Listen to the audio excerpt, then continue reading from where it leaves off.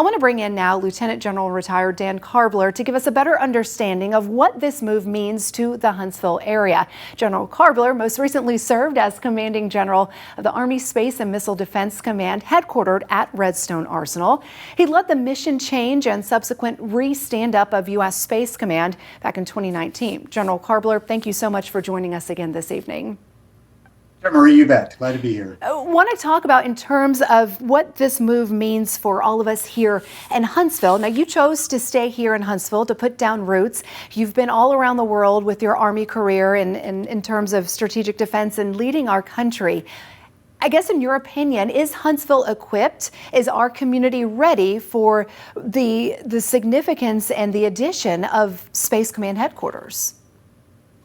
Yeah, I really think they are. First, it starts with the culture of the community and Southern hospitality. I mean, for generations, Huntsville has been welcoming military families into its fold. And as evidenced by how many folks decide to, once their Army or their military career is over, decide to retire in this area, that should just tell you about the overall welcoming culture.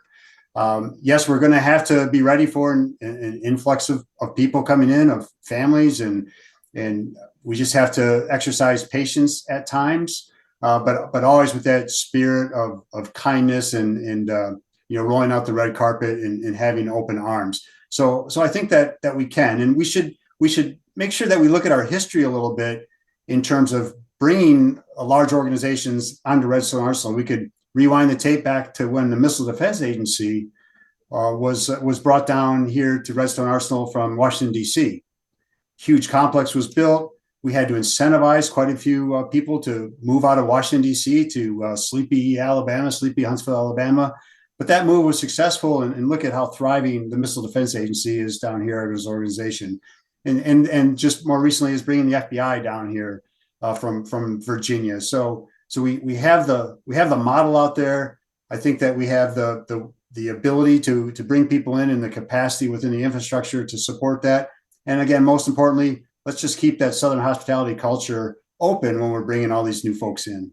It's all about the culture, right? That's the culture that's kept all of us here, myself, you, and your family included as well. Real quickly before we let you go, this move really puts Huntsville on the fast track, very forward thinking. That's something that we've always been proud of, dating back to our history here when you talk about the space race here. With the Army's play in space and everything that's going on, this new domain in space, what do we need to know about really Huntsville being the hub, or at least one of the main hubs for our national defense? Yeah, again, just incredible opportunities.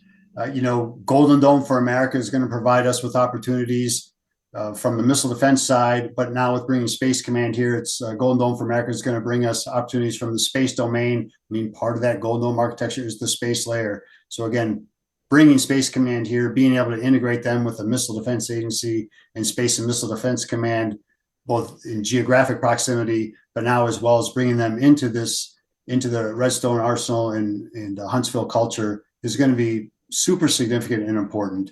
And again, it doesn't mean that all of the Space Force elements or Spacecom elements are moving out of Colorado Springs. There's still going to be plenty of space capability that'll be up at Schriever and Peterson Space Force Base.